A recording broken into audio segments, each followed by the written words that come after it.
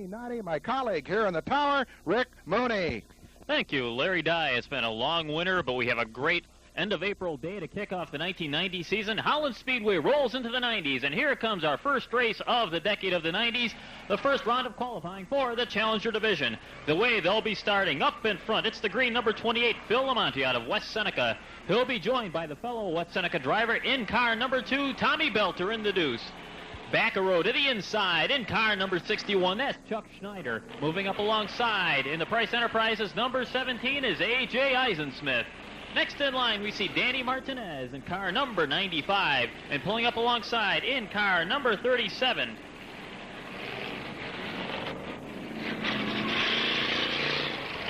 Gary Gable in car number 37. Back in car number 15 is George Stevens, piloting car number 87, Don Hochstein.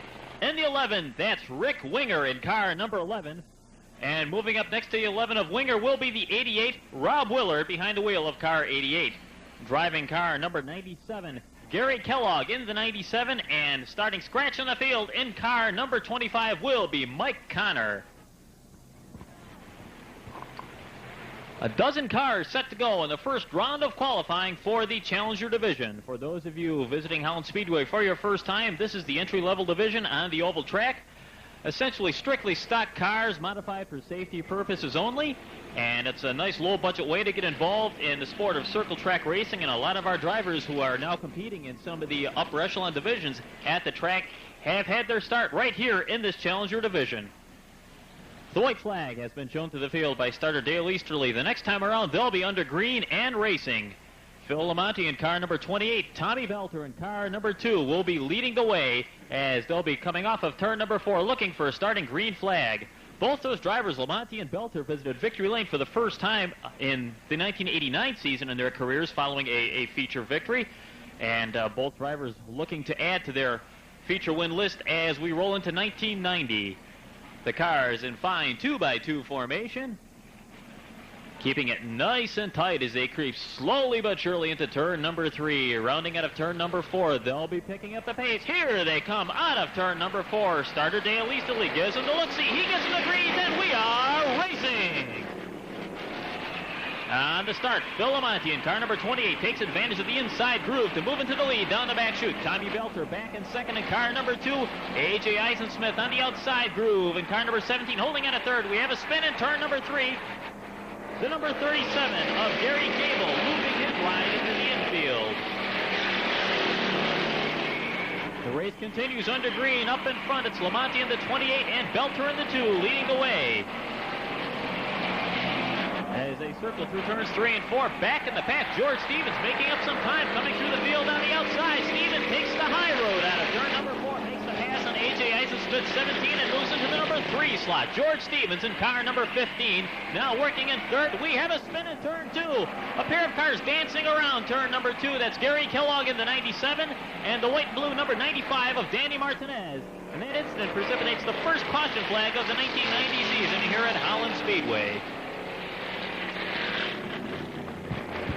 Dan Martinez out of Lackawanna, now working his way out of the infield dirt, and it looks like that left rear tire may be history on that car.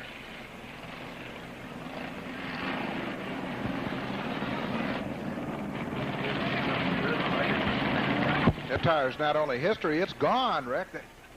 The car's midpoint of the back straightaway in the infield, and the tire's still up there in the end, hence all the sparks that were flying when he tried to get back under power.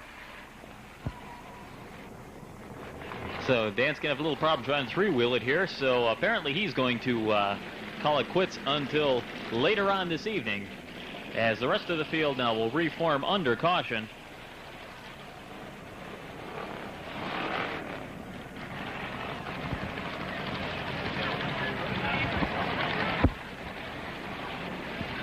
The safety crew going to work cleaning up the debris that was kicked up on the track to the inside of turn number 2. As Dan Martinez now will be limping into the infield on 3 wheels, tricycling, let's say.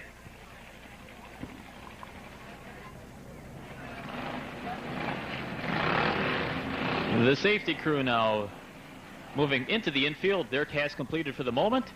And we're going to reset the field for you as we have 3 laps completed in this first Challenger qualifying round.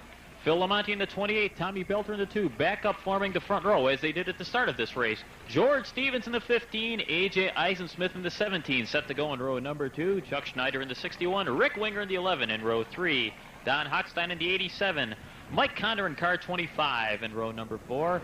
Row 5, we see the 88 of Rob Willard, the 97 of Gary Kellogg, and the 37 of Gary Gable at the back of the pack. The white flag is out. We'll be restarting this one in one more circuit of the high-banked Holland Speedway Oval.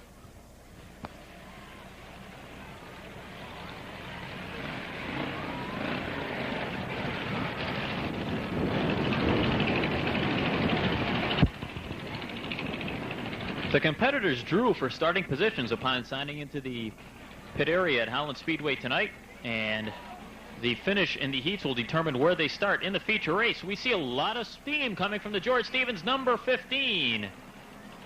Stevens in trouble in car number 15 as he's pulling down to the inside lane, and the rest of the field moving by the Stevens number 15. We're looking for a restart green this time by. Here they come out of turn 4. They get the greens, and we are racing once again. On the restart, Phil Lamonti in car number 28. Back out in front, Tom Belter. Squirrely just a little bit coming out of turn 2. He keeps her straight down the back chute. Ducks down low into turn number 3 in his attempts to reel in Phil Lamonti in car number 28. Back in third place, 3 cars in close contention. Chuck Schneider in the 61. A.J. Eisensmith in the 17. Mike Connor in the 25. Eisensmith takes advantage over the other 2 drivers moving down the back chute. Connor drifting high through turns 3 and 4, and up in front, it's still Phil Lamonti going away in the 28. Tommy Belter about 3 car lengths back in car number 2.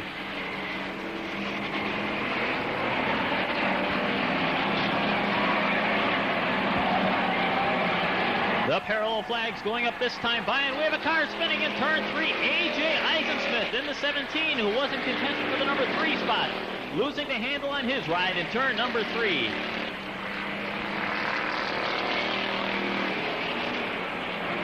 Out in front, Phil Lamonti and Tommy Belter rolling away from the rest of the field. The white flag is out one more time around for your leaders. Lamonti in the 28 and Belter in the 2.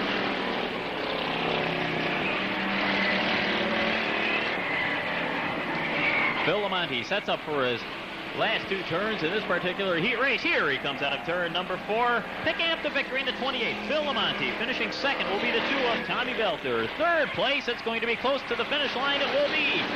That's a close one. It looked like Chuck Schneider just ahead of Mike Connor and Gary Kellogg.